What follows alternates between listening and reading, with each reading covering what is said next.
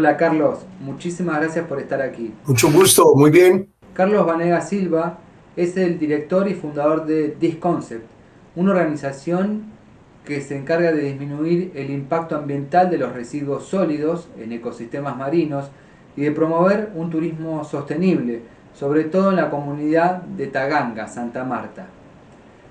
Además, es un buzo activista y referente mundial que forma parte de la red de vigilantes marinos.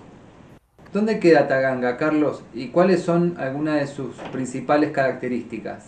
Pues primero que todo, muchas gracias por la invitación, por poder transmitir este mensaje tan lindo y por hacer parte de una comunidad que conserva lo que yo llamo es nuestra matriz, el océano. Taganga es una comunidad ancestral de pescadores artesanales.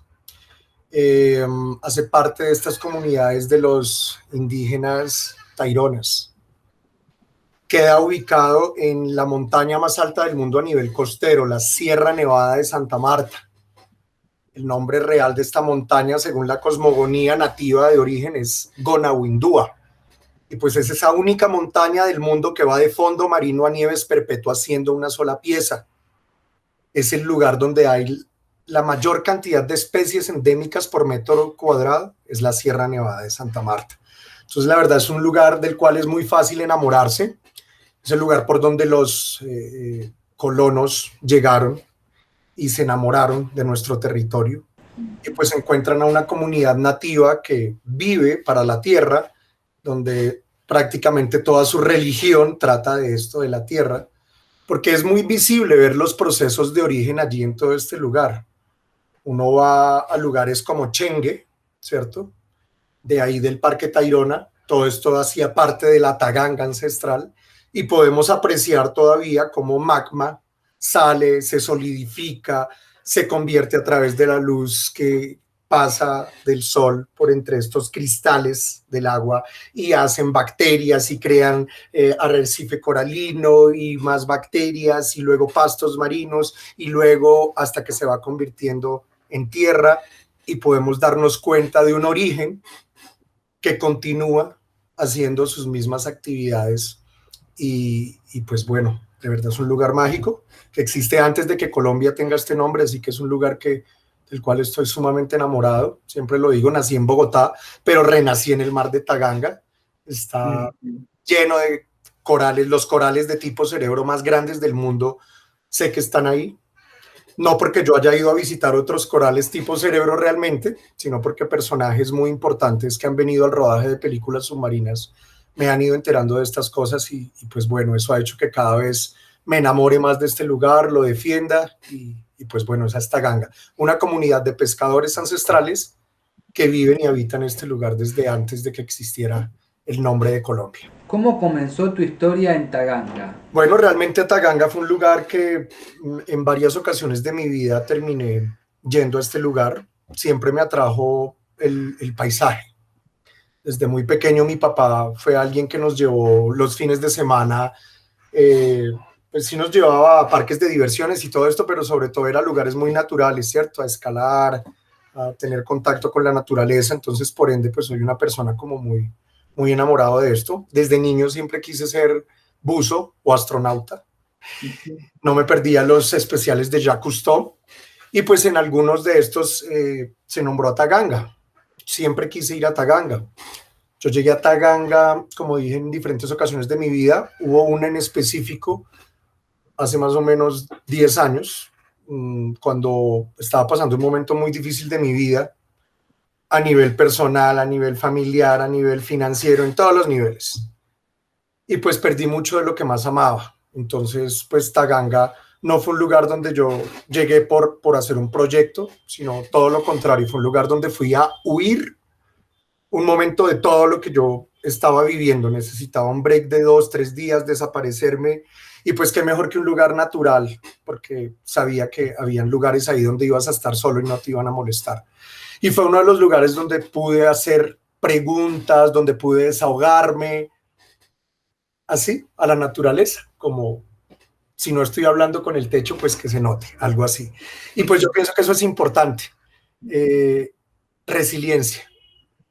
Aprendí y lo mejor de mi vida llegó en el peor momento. Yo creo que es clave nosotros como seres humanos en los momentos que estamos así, no solo buscar respuestas en Google o en un libro, que las hacen humanos, sino ir a la naturaleza. En serio, puede sonar loco, pero conversar con el árbol, conversar con el océano, con las estrellas, creo que son momentos que nuestra naturaleza sabe que son tan reales y que los necesitamos, que siempre nos inclinan a hacerlo, pero nos debatimos entre la lógica de que me estoy volviendo loco, no voy a hablar con una estrella, no puedo hablar con un árbol, y yo invito a que todos rompamos esos paradigmas, que realmente nosotros venimos de un vientre materno, de un lugar muy oceánico, creo que es lo más parecido al océano, y creo que según los científicos al espacio, según sus sonidos y cosas que han hallado. Entonces, es eso. La experiencia con Disconcept y con Taganga ha sido una experiencia muy mágica, pero es tan mágica que no es irreal, es real. Nos estamos perdiendo la magia de la realidad por desconectarnos con la naturaleza, pero cuando nos conectamos empiezan a suceder cosas como esta, ver mensajes claros de los árboles con nosotros, del océano, de la vida, que es lo que ha llevado a que Disconcept nazca. Disconcept realmente no es un proyecto, no nació como un proyecto. Disconcept nació como un pacto que personalmente hice con la vida, un pacto en forma circular, en forma de disco, donde comprendí que nosotros no éramos el centro del disco ni la cúspide, sino que solo éramos parte del disco y era entre todos que podíamos hacerlo girar.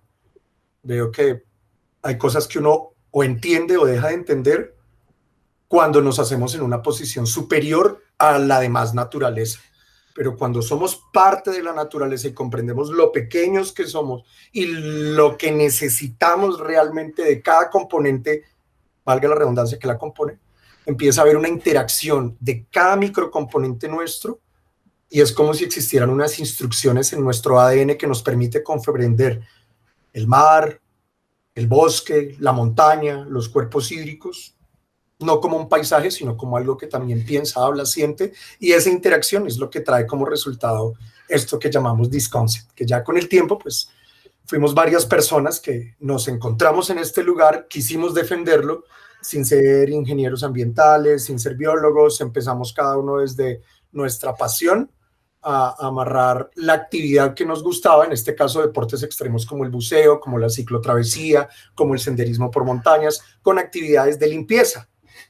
Era así de sencillo, yo veía que por donde pasaba el ser humano dejaba una huella que no era tan bonita ni tan chévere, pero bajo el agua, en silencio, que es un lugar donde nos obligan a callar, podía percibir y darme cuenta de lo que hacían los peces, los corales, ciertos, traté de hablar con ellos, como el doctor Dolittle, ¿sí?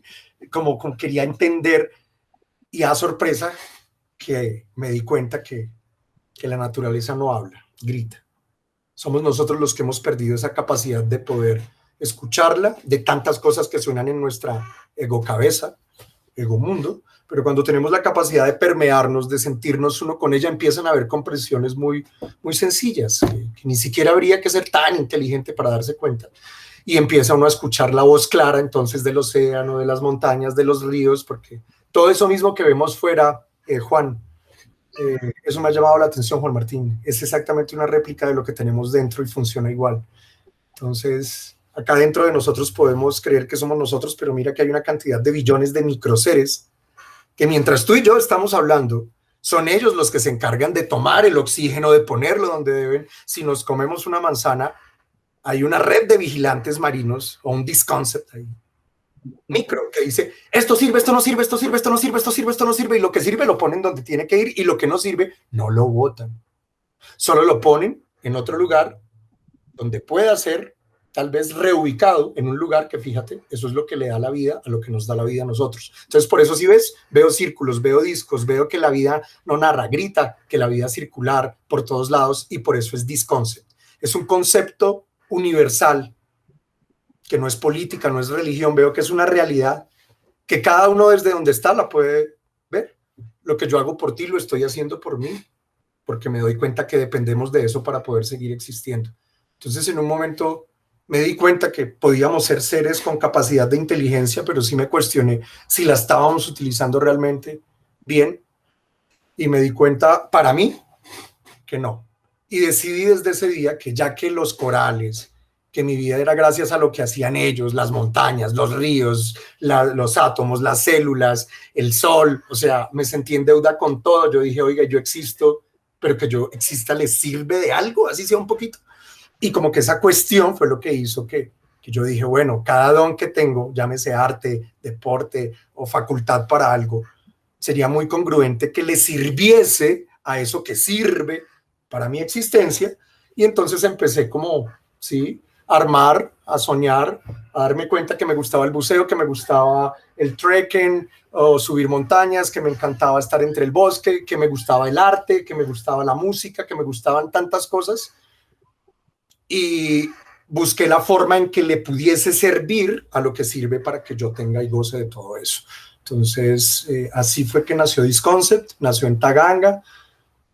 Al día de hoy, pues llevamos 67 brigadas de limpieza por mar y por tierra. Fue un pacto que hicimos con la naturaleza. El disco ha ido creciendo. Hoy día sí contamos con biólogos, con ingenieros, con un montón de personajes que cada uno ha determinado que su profesión o su don lo ponen para que les sirva a lo que sirve para que existamos. Entonces, ya de ahí pues se han desprendido eventos, cada vez mayores ideas. El epicentro nuestro no es solo retirar los residuos, sino impactar, lograr a ese lugar donde tú y yo ahorita habitamos y nos hace sentir, porque es ahí donde se generan los cambios.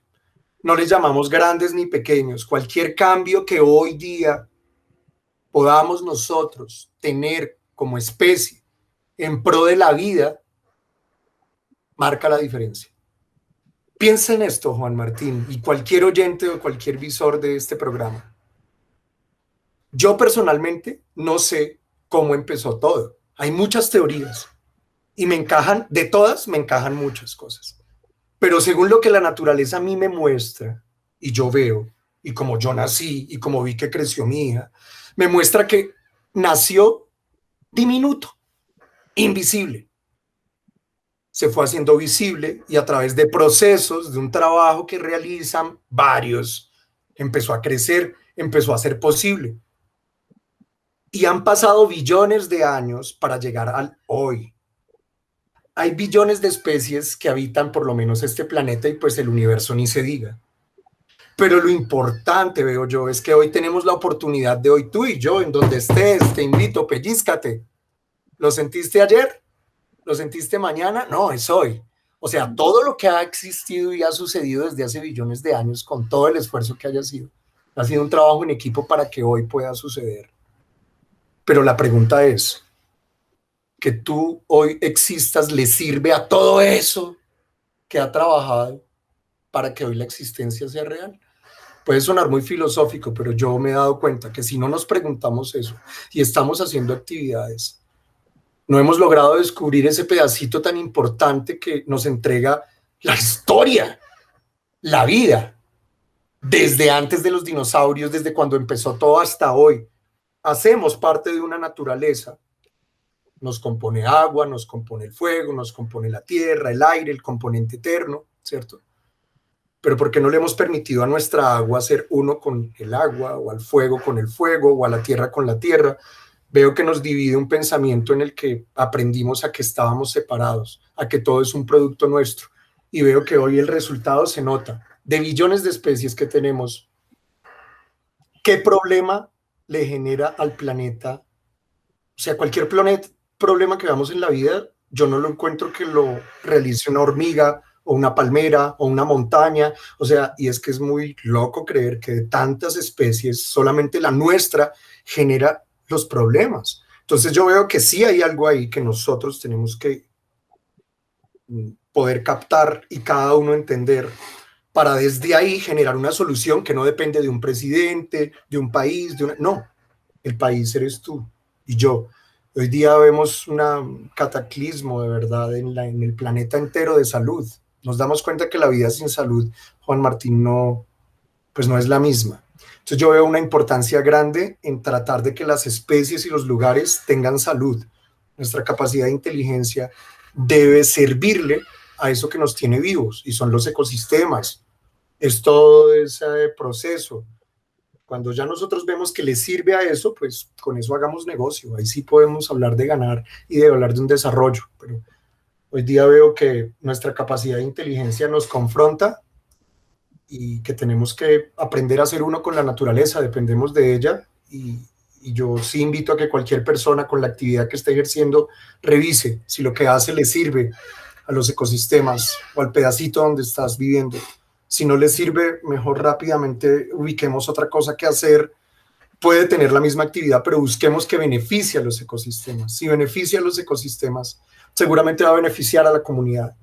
Y si beneficia a los ecosistemas y a la comunidad, es sostenible. Si hagamos negocio, el planeta Tierra debería estar lleno de ese tipo de negocios que le convienen a los ecosistemas y a las comunidades. Entonces, Disconcept nació para dar a comprender ese pacto que nace con la vida, donde fuimos encontrando un montón de problemas, pero en vez de estar hallando culpables, empezamos a tratar de ser parte de esa solución y ver cómo desde lo que somos, desde lo que tenemos, podíamos empezar a proponer y a accionar cosas que le convenieran, en este caso a los corales, a la bahía, a la comunidad, y pues entonces ya ahí a nosotros. ¿Cómo fue tu transformación personal que te llevó a crear Disconcept? Pues bueno, como ser humano, una persona que venía trabajando, yo trabajaba en ese tiempo con campañas de digital signage, como campañas de impacto, de recordación para empresas, y la verdad pues me iba bastante bien. Entonces tenía la verdad un poquito un ego bastante arriba, y llegué a ese lugar con muchas quejas interiores, pero era un ser humano muy del común, en el sentido de que uno no quiere mostrar las cosas feas, ¿cierto? Las cosas que le duelen, sino mostrar que todo anda bien, todo anda bien, todo anda muy bien, y resulta que no todo andaba muy bien en mi vida, ni familiar, ni financiera, ni conmigo. Cuando yo llego a Taganga, empiezo a darme cuenta de que los paisajes eran espectaculares, pero di un paso y pisé un pañal, o sea, y lo pisé descalzo.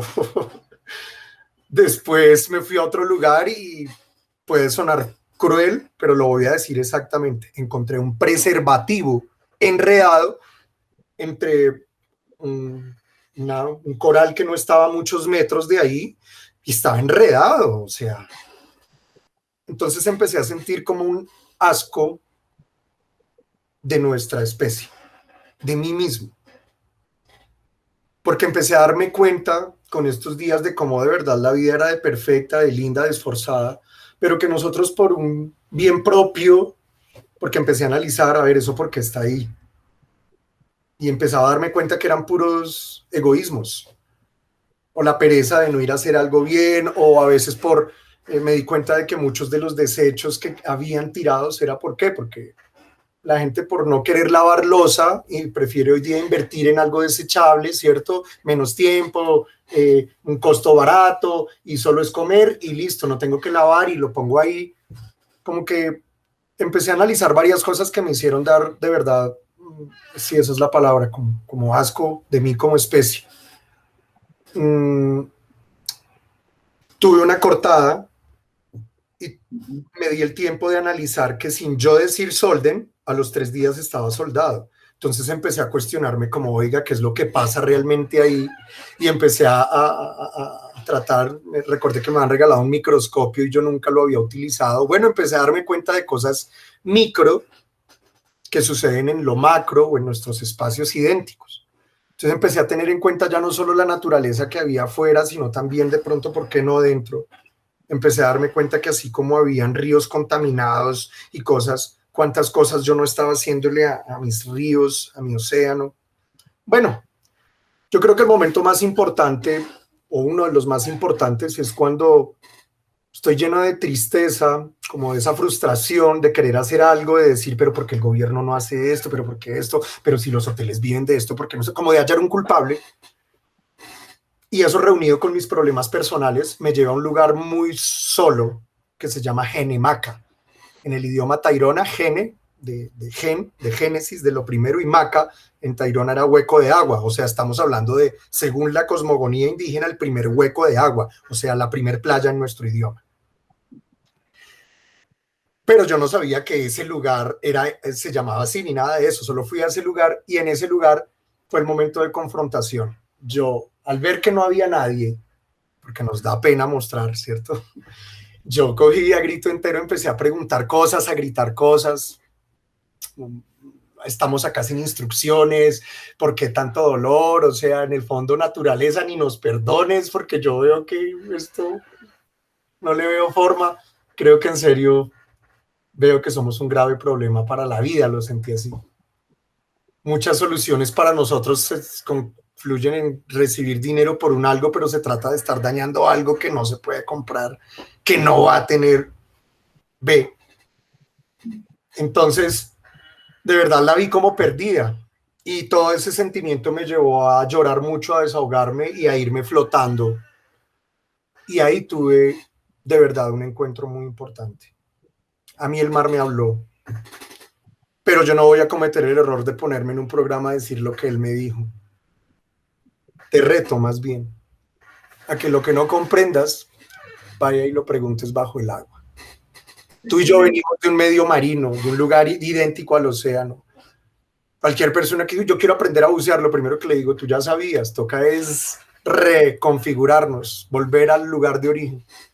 Pero en serio, nos estamos perdiendo de mucho cuando no regresamos a nuestro lugar de origen. El fondo marino nos narra el origen, nos reubica de qué se trata la vida mucho acá. Yo pienso que el planeta entero he tenido un sueño y es que todo el mundo buceara para volver otra vez a ese lugar original, a que podamos pensar, imaginarnos y darnos cuenta que algún día también dudamos que hubiesen otras especies.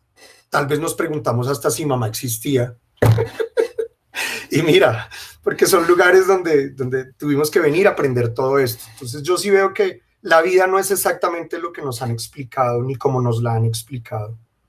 La vida es mucho más parecida, es más bien a lo que sientes, a lo que llevas ahí dentro, a lo que no estás mostrando. Y es muy necesario confrontar esos momentos o estos sentimientos. Hoy día nos han enseñado a hacerlo a través de un psicólogo o a través de algo que está muy válido, total, claro, funciona, pero yo te invito mucho a que converses con la naturaleza. Yo veo que ella tiene su misma forma de hacerte entender cosas de forma natural. No todo es con este dialecto. No creo que nos comunicáramos con nuestra mamá por acá, allá en el vientre, pero ella sabía cuándo teníamos hambre y la naturaleza sabe cuándo hace cada cosa. Hoy día están pasando cosas fuertes en el mundo. Lo que hablaba, la vida sin salud no es la misma. Mira lo del coronavirus. Eso me ha ayudado a mí a poderme imaginar lo que siente cualquier especie con nosotros, ¿cierto? ¿Qué siente si tú pudieras entrevistar a una bahía o a un río o a una especie, si quiere que un humano viva ahí, qué respondería ella? Yo creo que nosotros somos como el coronavirus de las especies. Ellos nos sienten así como, uy, un humano, ponte el tapabocas. O sea, como, si me entendés, ellos son los que llegan y contaminan, no son los que le están ayudando realmente a que todo continúe. ¿Cuánto tiempo trabajan los árboles entregándonos oxígeno o transformando el dióxido de carbono? ¿Cuántas veces te has atrevido a decirle gracias? Ni siquiera nos pasa por la cabeza porque ni siquiera pensamos que es un ser vivo que está trabajando para nosotros porque no nos queda ese tiempo. Yo pienso que esas cosas son los que nos tienen desprendidos de una realidad que no nos permite vivir la vida o no vivirla, sino más bien disfrutarla. Porque hacer esto no es que no vengan problemas, te vienen antes más, porque ya no tienes solo los tuyos, sino los de ecosistemas, los de otra, pero sabes que los enfrentas de una forma muy diferente. Los enfrentas de una forma muy diferente porque ya el consejo no se limita a lo que me dice el gurú, el director, el no. Se tienen en cuenta, o por lo menos yo, todas esas relaciones.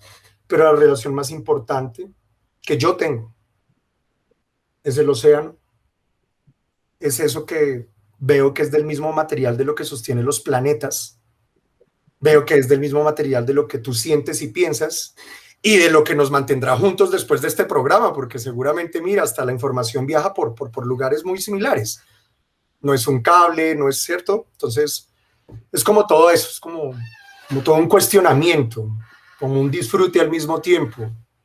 el no buscar ser perfectos, solo ser quienes somos, no negárnoslo, pero aprender.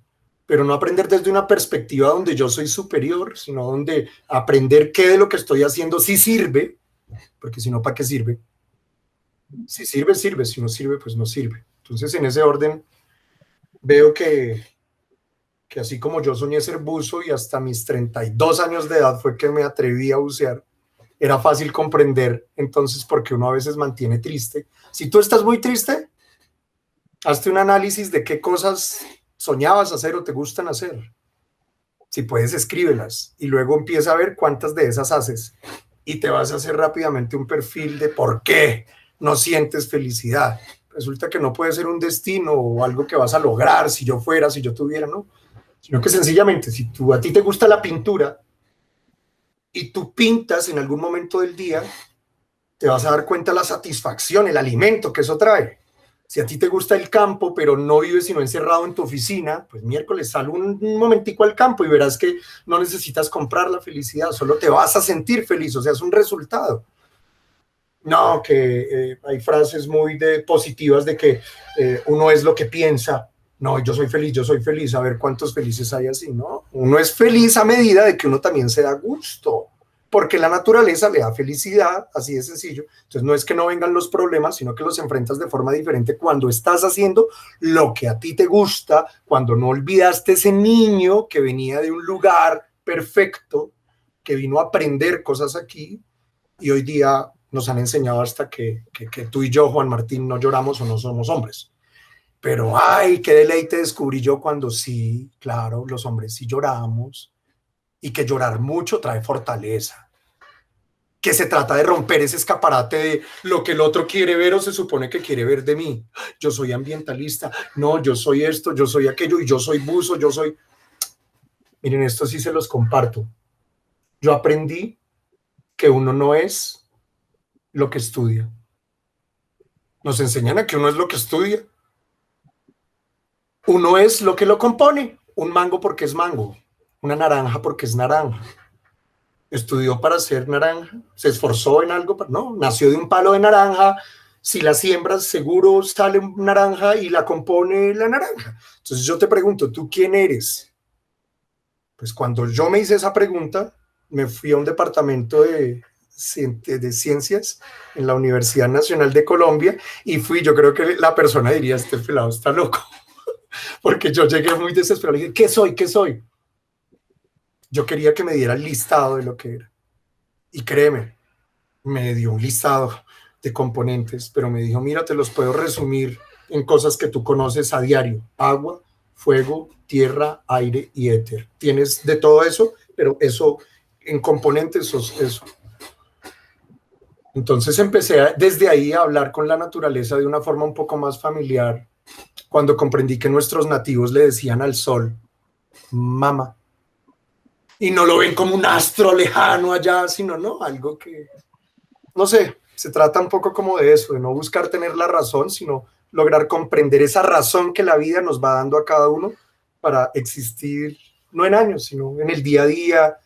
Eso me ha enseñado de relaciones, me ha enseñado del océano, me ha enseñado del río, me ha enseñado de las personas. En Taganga, cuando arrancamos a hacer este trabajo, parecía una locura. A mí me decían, ¿quién te está pagando por hacer eso? Y dentro de mí yo decía, pues soy yo el que está en deuda, porque le debo al sol, le debo a la... Pero yo no sentía como la confianza de decirle a la persona, hey, disculpa, el sol está haciendo algo que le debo más que al señor presidente o a mi empresa, y qué pena, le debo a los corales más que lo que le puedo deber al hotel donde me estoy quedando, porque es gracias a ellos que respiro. Entonces eso daba mucha pena, yo no me iba a empezar a decir eso porque era loco. Hasta el día en que rompí ese paradigma y empecé a no tratar de ser, sino ser y hacerlo así, pues empezó a haber un lenguaje de personas que pensaban similar, que sentían parecido, que les gustaba, que veían en esto una actividad diferente, porque hay muchas entidades que recogen desechos, pero se tildan de héroes. Y yo sí veo que el ambientalismo no es un heroísmo. Veo que ni siquiera es una materia. Es la obligación que tenemos para poder seguir existiendo. No puede ser algo aparte. Nosotros tenemos que aprender y comprender que dependemos del trabajo que están haciendo desde micro seres a macro seres como el sol. pero ¿qué de lo que yo hago hoy les sirve? Es sencillamente eso, pensemos, ¿no? Y si logramos que hoy algo de lo que tú haces les sirva, pues bueno, cultívalo, proyectémoslo, hagámoslo.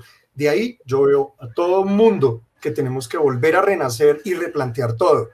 Que es que el carro es malo. No, el carro es un super invento. Lo malo es que funcione con este tipo de combustibles fósiles.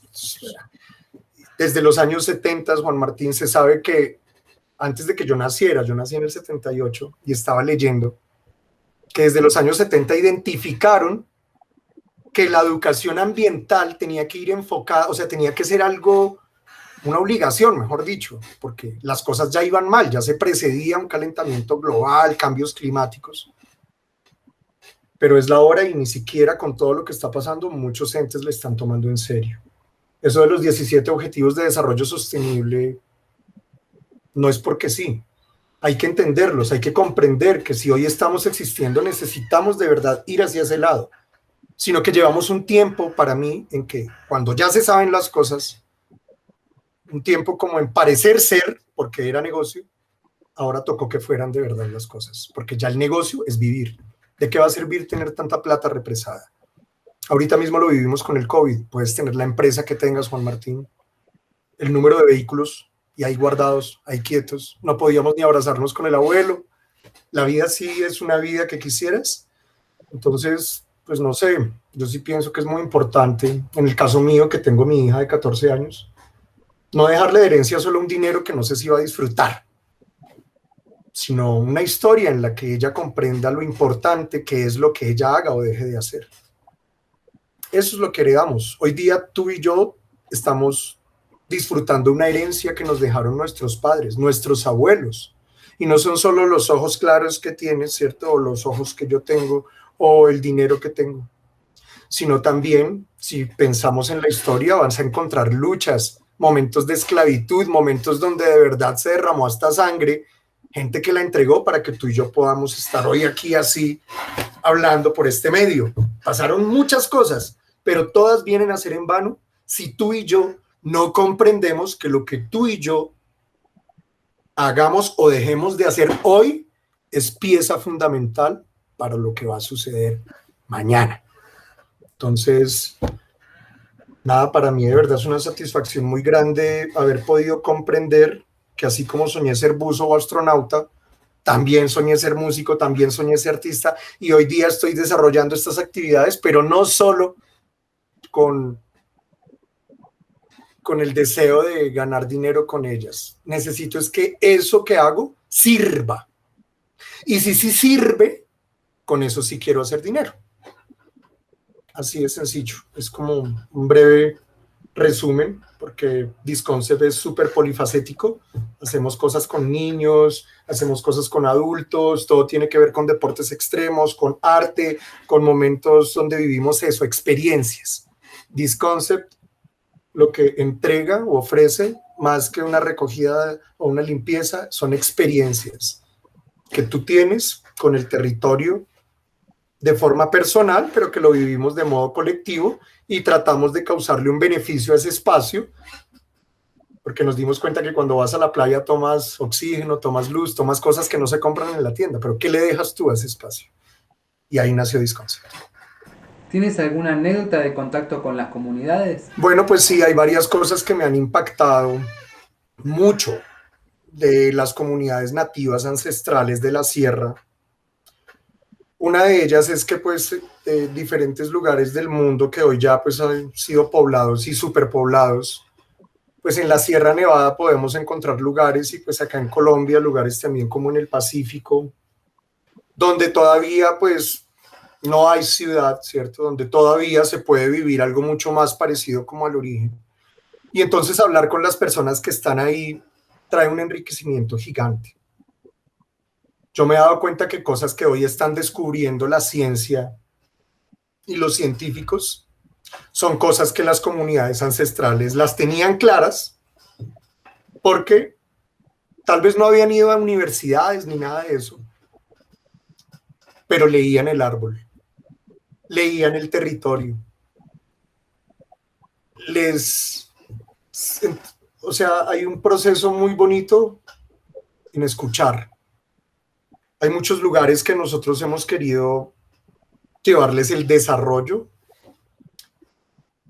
porque hemos visto necesidad en esos lugares, pero a veces veo que en esos lugares hay más riqueza que en cualquier lugar de los que creemos desarrollo, sino que estamos queriendo convertirlos en más de lo mismo porque nos han metido esa idea.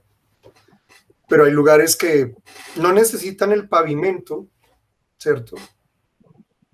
Porque antes eso también desconecta a especies, a cosas que...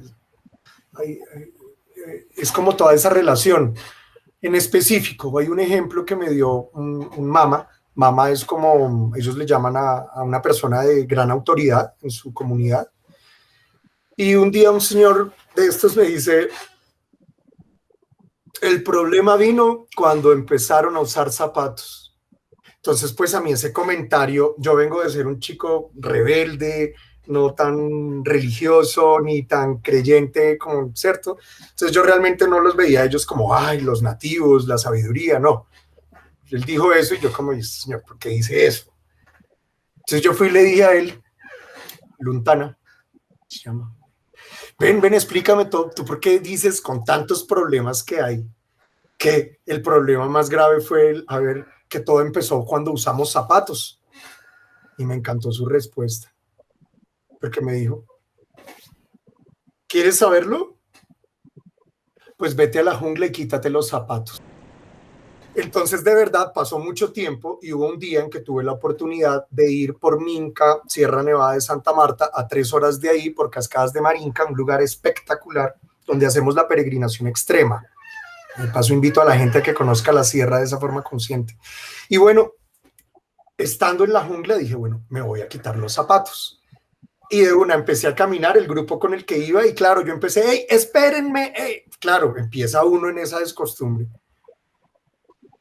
Pero ¿qué será esto? Claro, empecé a darme cuenta. Uno, no andaba tan rápido. Dos, era consciente por primera vez de que me podía hacer mucho daño o que yo podía dañar, cosas que cuando iba por el camino ni me daba cuenta. El primer día fue mucha molestia la que tuve. El segundo fue ya mucha información de lo que había analizado en un día, referente al momento en que era el que iba más atrás de todos, todo, pero era el que más había reconocido especies por la velocidad en la que iba. Me había dado cuenta de cosas muy pequeñas que otros no. Bueno, empecé a darme cuenta de tantas cosas que comprendí. Cuando ya bajé y me lo volví a encontrar, me dijo, ¿hiciste el ejercicio? Y yo sí. Y me dijo, ¿ya te diste cuenta que la coraza que pusieron en los zapatos es la misma que ahora ponen en sus ojos, en sus mentes, en sus oídos, y lo que los desprende de una naturaleza que no para de moverse en servicio del otro, y es lo que nos tiene apartes, creyendo que el mundo es nuestro, sin serlo, y ser totalmente ajenos a él? Entonces, aprendí mucho de eso, del experimento, que a veces no tenemos que ser esas personas que quieren dar la enseñanza. Yo sé, mira, este señor ya lo sabía, pero él sabía que yo no iba a aprender con lo que él me dijera, sino si yo lo experimentaba. Miren, a partir de ese día, llevo 5 años donde yo prometí que cada 2 meses iba a tener mínimo 15 días descalzo para no perder mi sensibilidad. Y hoy día te digo, si te dicen que no llores, que no sientas, que no pienses, quítate la coraza, pues llora, piensa, siente. Hoy día veo una gran facultad en ser sensible. Necesitamos que la humanidad vuelva a ser sensible, que le duela lo que le hacemos al perro, al gato, al que sea, porque no nos está doliendo ni lo que le hacemos a nuestra propia especie, a todo. Entonces lo veo muy de ahí, esa experiencia me marcó mucho, aprendí mucho de andar descalzo, hoy día amo andar descalzo, creo que hasta me fastidian a veces los zapatos, y he tratado de aplicarlo en todo lo mío, de no permitir que esa coraza de insensibilidad nos desconecte. Es mejor ser sensibles y sentir lo que el otro está sintiendo para poder estar en sus zapatos y pensar no solo desde mi lugar y desde mi escritorio, sino desde un lugar que va a ser mucho más amigable, no solo con el humano, sino con el arroyo, con cualquier especie que está trabajando para que tú y yo podamos ser posibles. Muchísimas gracias. Oh, Juan Martín, muchísimas gracias a ti, a ustedes también por hacer esto que hacen. Fíjense que hay muchos programas que dan vueltas solamente a precisamente más contaminación, más egos. Estos son espacios donde podemos interactuar, compartir. Y aprovecho el espacio para dar un agradecimiento grande a Antonio Márquez de Oceanías, a todos mis compañeros de la red de vigilantes marinos en el mundo, por también haber creído en Colombia, por haberse fijado en nosotros, por habernos nombrado su delegación, por habernos hecho sentir importantes en un momento en el que nos sentíamos no escuchados. Y pues hoy día nos damos cuenta que no estamos solos, hoy día queremos aportar a la investigación de las basuras marinas con la aplicación de vertido cero y estamos soñando en grande. Invito al mundo a eso, que por encima de todo lo que vemos feo que está pasando, nos demos cuenta que de lo peor se saca lo mejor, que del veneno, nos muestra la naturaleza, se saca el antídoto, así que veo que del problema se halla la solución. Todo este problema tan grande que nos hemos traído es lo único que tendría que pasar para que entre nosotros mismos buscáramos esa solución sin que otro nos la implante. Hoy día es un requisito que existamos para servirle a la naturaleza, porque si no nos sirve de nada y no vamos a llegar a ninguna parte.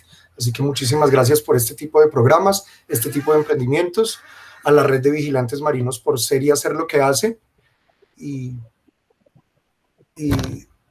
incentivar a las personas de verdad que no dejen de soñar, pero que accionemos en pro de la vida. No importa el color, el tamaño, accionemos en pro de ella. Nos necesitamos y tenemos la oportunidad mientras estemos respirando. Así que ánimo, vamos a hacerlo.